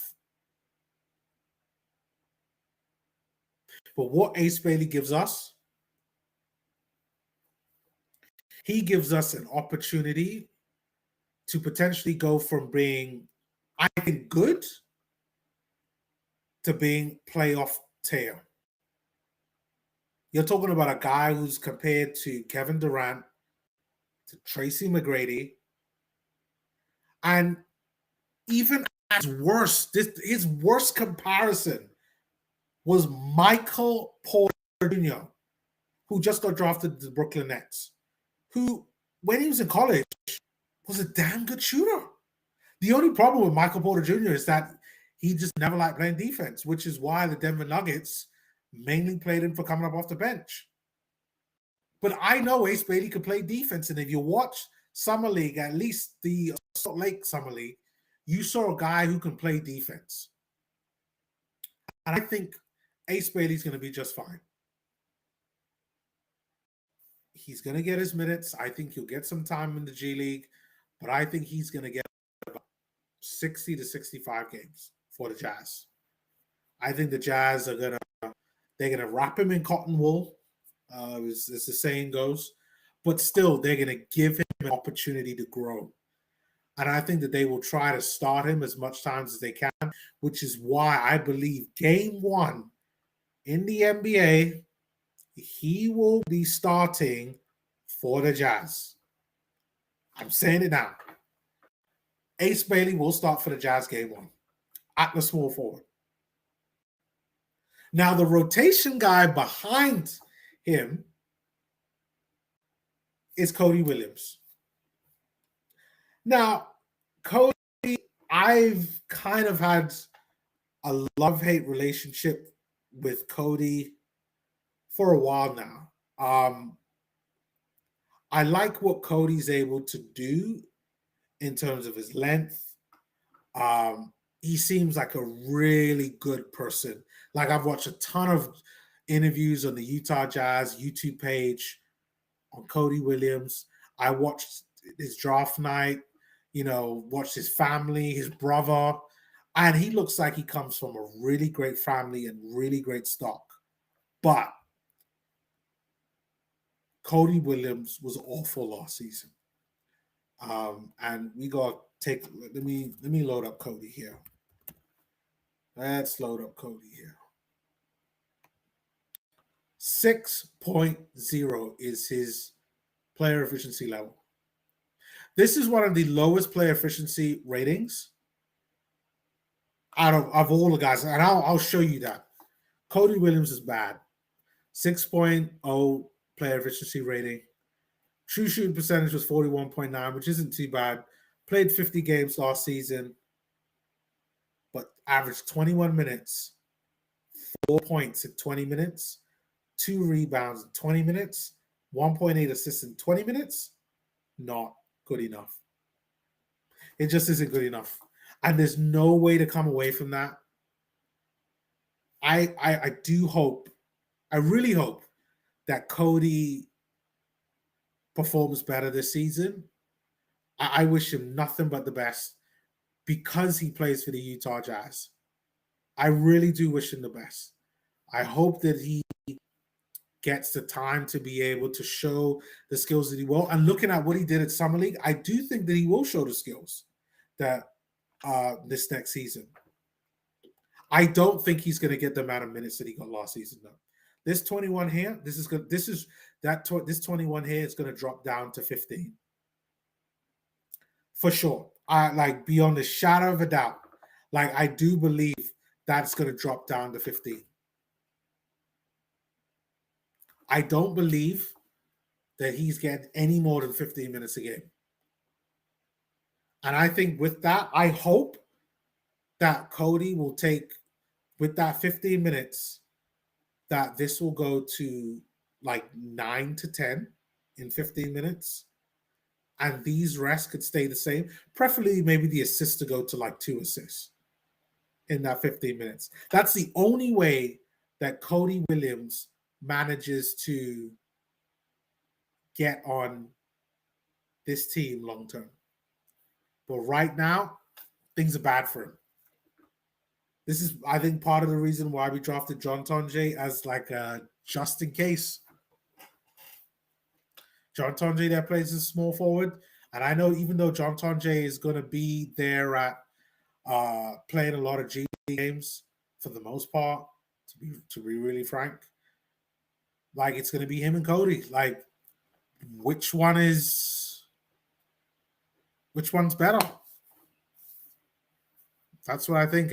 But I do hope that that Cody does manage to pull it around and maybe ends up being a rotation player, which I think is probably going to be his ceiling, which I'm not a fan of. I'm not a fan of drafting a guy just to be a rotation player, but I definitely think that the Jazz completely messed up with the whole drafting Cody Williams. I mean, it's one of the reasons why, if you didn't hear, why there were people there that got let go from the Utah Jazz. They didn't say the reason why, but I'm going to suspect that it's because of the Cody Williams draft. And that was one of the rumors that it had a lot to do with it. But I expect Cody Williams to be the rotation for that. Then at the power forward position, you've got Lowry Markkanen, who's starting. I'm going to just let the cat out the bag. Lowry starting. There's no getting away from that. Lowry Markkanen is going to start for the Utah Jazz. And I do think that it'll be Kyle Filipowski, who I've said on the stream that like I really like. I love Kyle Filipowski and what he can do. Kyle Filipowski will be one of his backup. And it's going to be a close one because I do think that Taylor Hendricks, who's rumored to be, he's most likely going to be ready for this beginning of the season. Looking at some of the content that I've seen from Cody Williams, sorry, not Cody Williams, Taylor Hendricks this in summer. Taylor Hendricks looks like he's ready to play, or at least close to it. And looking at the Jazz's Twitter feeds, it looks like we should be good with Taylor Hendricks at the beginning of the season. But I do expect Lowry to start, and then it's going to be Kyle and Taylor. It's going to be the ones kind of battling it out for minutes. Let me see. I completely forgot. How many minutes did Kyle Filipowski play this season? So 21 minutes. So my guess is that's probably going to go down slightly to about 20 minutes. And I think a lot of the minutes are going to be shared out. I think they're going to try to give Kyle Filipowski some minutes at center, even though I don't like it. Like, I think I've made this quite clear that for me, Kyle Filipowski is a 4 who's a situational 5. And the situation is the right situation, depending on who we're going up against. If we have injuries, but not if you're like, yeah, everybody's healthy, we're going to start Kyle Filipowski at the 5. No, I am a complete disagreement with Kyle Filipowski playing the 5. I prefer him at the 4. I think he would do really well at the 4. I think that his the physical gifts, his wingspan just is not long enough. Like when I went and did the research, his wingspan is the same, if not less, than Taylor Hendricks. Like it's not good enough. When he's going up against other 7-footers, like he's not as long as them. Like I think even Ace Bailey has a longer wingspan than him. Like playing him at the 5 doesn't make any sense unless you just have to. Unless you're going to go and play positionless. That would be the only thing. But then you really need to have lots of versatile guys there to be able to do that, which we're kind of leaning towards that with the Utah Jazz. So it's possible. But we'll really have to see what Will Hardy really does. I'm super excited about what Will Hardy does. There are lots of comments about Will Hardy and that he's going to be allowed to just coach the season.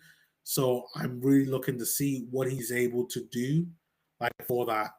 And seeing what Kyle Filipowski and Taylor Hendricks and Lauri Markkanen are able to do at the 4, I'm really loving. And then at the 5, we've got Walker Kessler and Jusuf Nurkic.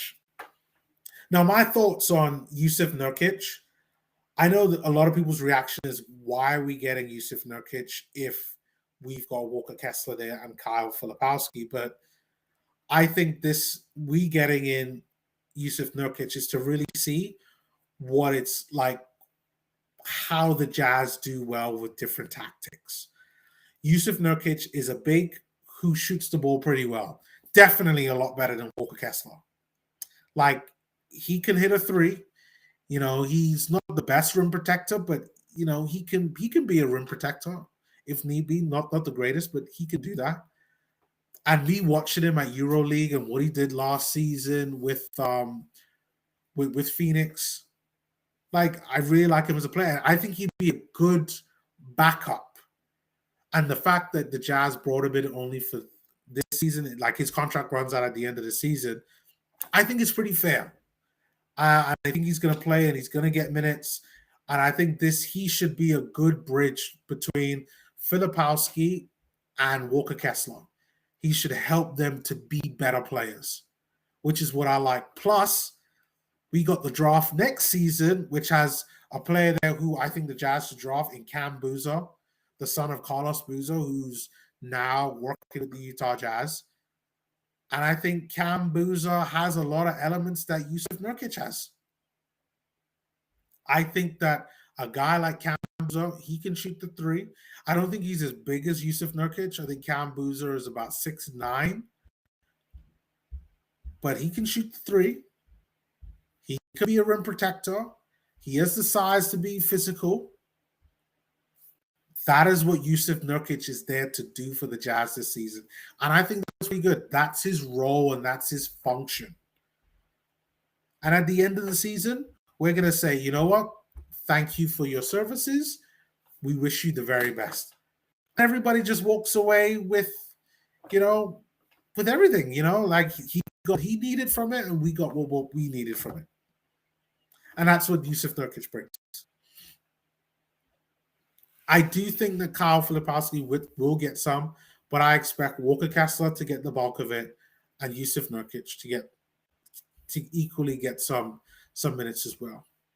We do have a bit of an issue, and I'm not that great at talking about contracts and trades and who we should then go up and get in and around that, but we do have a Walker Kessler situation in that Walker Kessler, He's approaching near the end of his contract, and we've got to sort out his contract situation.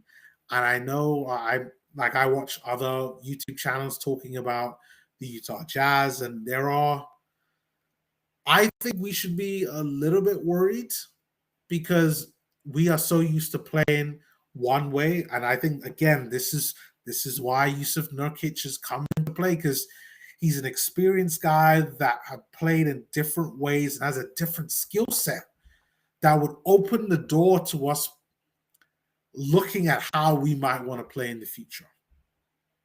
But I think the Walker Kessler situation is a problem. It's something that eventually we might have to address. And I expect that at some point, if it turns out that Walker Kessler doesn't want to stay with the Jazz, that we kind of ship him off somewhere. What that looks like, I don't know. I don't know what that looks like, who it's for, what the trade packages is. I'll leave that up to whoever's watching this to what that might be, because I'm like, I suck at those type of things. But even if he does get traded away, I know I really do believe that Justin Zanuck and Austin Ainge and Danny Ainge, those have the best wishes for the Utah Jazz in mind, so that we can go out and get exactly what we need in order to replace Walker Kessler if he does go.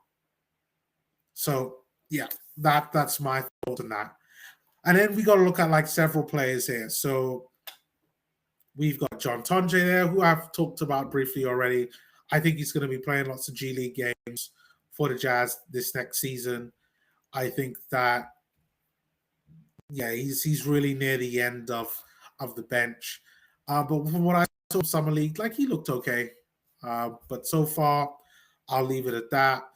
Then we've got Elijah Harkless, who I became a fan of Elijah Harkless through Summer League. I really love his defense. Really love his defense. Like, if you wanted to show, like, this is how you go up and defend man on man, this goes out to Keontae George, Brice Sensabaugh, Isaiah Collier, and Walter Clayton Jr. This is how you defend. Elijah Harkless does it all day long. He gets up in their face, super physical. And I do think he's going to get games as well. I don't think we should just kind of rule him out. For me, I have him on my list as the Utah Jazz's kind of third choice shooting guard. I think he's good. I don't think people shouldn't dismiss him because the Jazz didn't draft him and that he's somebody that is a little bit on the older side and just isn't really naturally part of the Jazz. But I do like him. Then we've got KJ Martin, Kenyon Martin Jr. Now, I like Kenyon Martin Jr. Let me just come out rightly and say that. I like the skill set that he could bring. He's got a defensive mind, and he could defend one-on-one, and he can defend 1 through 3 pretty easily, if not the 4 in some situations. I think I'd rather him be a small forward, but defend. Yeah, I'd love to see how things go there. But for me, I like KJ Martin there just for his defense. I don't think that that's something that we should pass up. I don't think that's something that we should just get rid of just because, I think his deal is due to expire this season, and he's non-guaranteed until like middle of January, which tends to be like a weird one. But yeah, we'll see how that turns out. But I really like him. I haven't seen any pictures of him with the Utah Jazz, which has me a bit worried. But we'll have to see how things go with that. But I hope KJ Martin gets an opportunity to stay.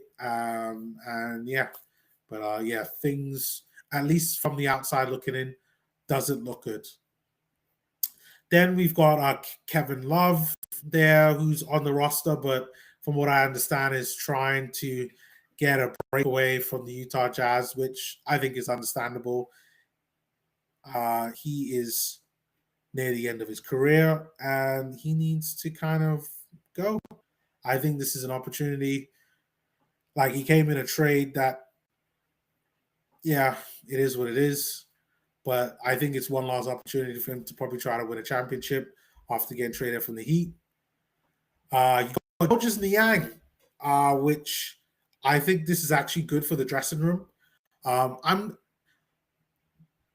happy with Georges Niang, but I have to say that when I've heard online about the reasonings why we should be happy with Georges Niang creating a good dressing room atmosphere, I didn't realize that even we had an atmosphere that wasn't that great. Maybe it's because we got rid of a lot of the vets. Maybe they're just trying to preempt having like a discombobulated dressing room atmosphere. So that's the reason why we brought him in. But I like Georges Niang. I definitely think he's going to get games. I think it's going to be one of those where like Georges Niang will play, but I think the games where you want to rest Lowry, that's when he will start. I think he'll also get some rotation minutes as well. It's a tough situation. There's going to be so much competition at the 4 for minutes. Like, when I really think about it, it's a tough one. Like, if Taylor Hendricks looks like he's ready, you got Georges Niang there for in the 4. You got Kyle Filipowski there, who has to play the 4, and then you got Lowry Market in there, who's a 4. Yes, he could still play the 3, but I prefer Lowry there at the 4. So it's going to be so unfair because guys like Georges Niang should be getting minutes. And then you've got Kyle Anderson there, who's playing the 3. He also should be getting some minutes there as well. I expect him. I think that he will get a lot more minutes than Georges Niang, just because you've really got Ace Bailey, who he's the number 5 pick. He's starting for sure. Ace Bailey's starting unless he's injured. Then probably Kyle Anderson. Then probably Cody Williams. That's how I think it's going to be. Kyle Anderson's going to get a good number of minutes. That's exactly what you expect. And I expect him to get a fair amount of minutes there in that regards.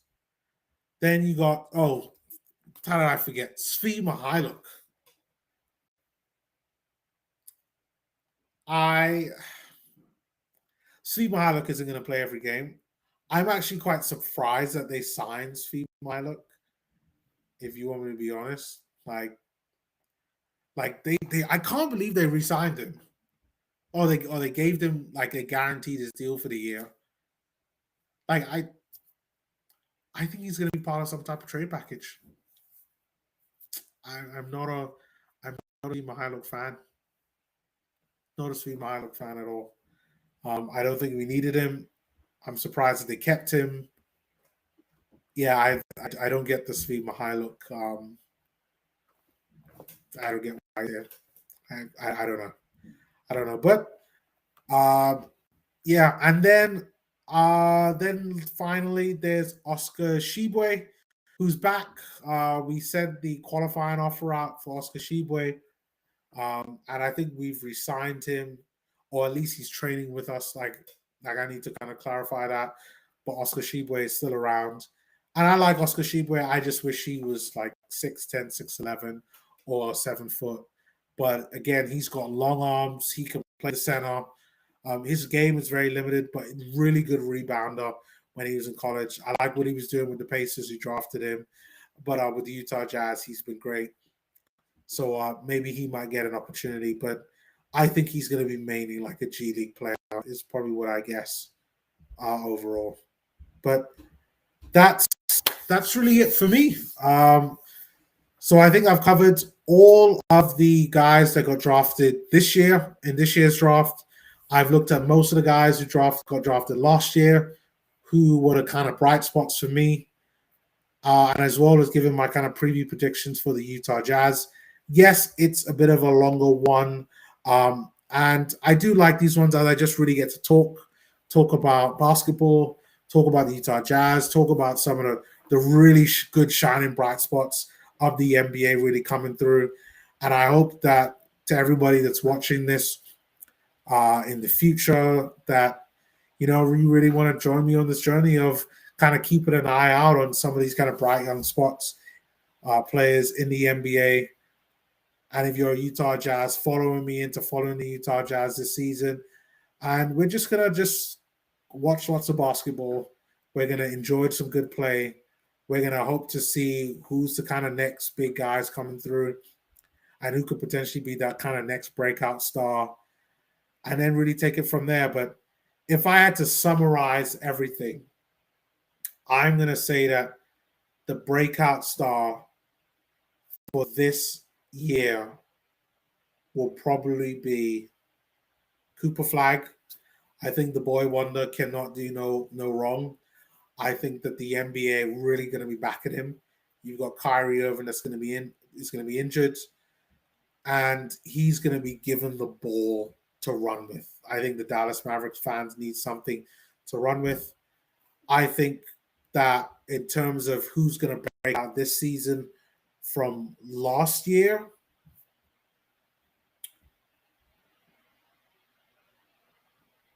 I do think it's going to be Stephen Castle again. I think that he really showed what he can do. You saw, let me just load up Stephen Castle again here. I think Stephen Castle really showed what he can do. And even though his efficiency rating is at 14.2, I always, when I'm looking at players and actually I'm watching the game, and when you're looking at the regular box scores, you're looking at minutes per game. How does the points per game translate to minutes per game? How does the rebounds per game translate to the minutes per game? And how does the assists translate to minutes per game?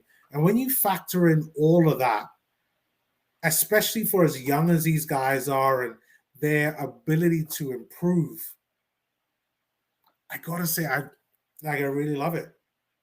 And I expect Stephen Castle to a lot of games this season. He deserves it. He was a rookie of the year. When it came to the amount of points that he scored last season, I think that there's very few guys that come anywhere near close to him when it comes to points when we looked at that. And yeah, I don't think that there's anybody else, maybe except for Kyle Filipowski, but my guess is Kyle Filipowski is probably going to get less minutes unless there are lots of injuries. I do expect to see the likes of Georges Niang do get minutes. Taylor Hendricks get minutes as well. So there's going to be lots of fight for the Utah Jazz. But the guide for the Utah Jazz this season to really watch out for, it's going to be Ace Bailey. There's no other player. Ace Bailey is going to be given a long runway, and it's going to be to run. Ace Bailey is going to be the guy. How many minutes do I think he's going to play? I'm thinking 20 minutes a game. I think by the end of the season, I think he's going to have similar numbers to Stephen Castle. Except I think he's probably going to give you 12 points, probably 4 rebounds, 2 assists. I think it's going to be a block and a steal. And I think he's going to be that guy. So Utah Jazz fans, get happy. I think what we have in store is going to be really good. And I really like what potentially that we have. And I just have to say that, yeah, it's going to be a great season. But my final thoughts are, I'm going to be doing another video later on in the week. And we're going to go through some of the third-year players in more depth. Then next week, Friday, I'm going to be looking at the fourth-year players. And next week, Sunday, we're going to be looking at the fifth-year players. And then that leads us straight into preseason, where I'll be looking at doing some previews on how that is. But stay tuned to some of the more content. I'm going to be doing up regular content. And to all the viewers, I'm just going to say thank you once again for watching. Really appreciate the support. I'm at now 52 subscribers, and I really look forward to getting more and really going along this basketball journey. And yeah, let me know what you guys think of the dashboard that I created via Power BI. That's kind of allowed me to really kind of do these videos at a lot more consistent rate. But leave your comments below. Thank you very much, and I will see you.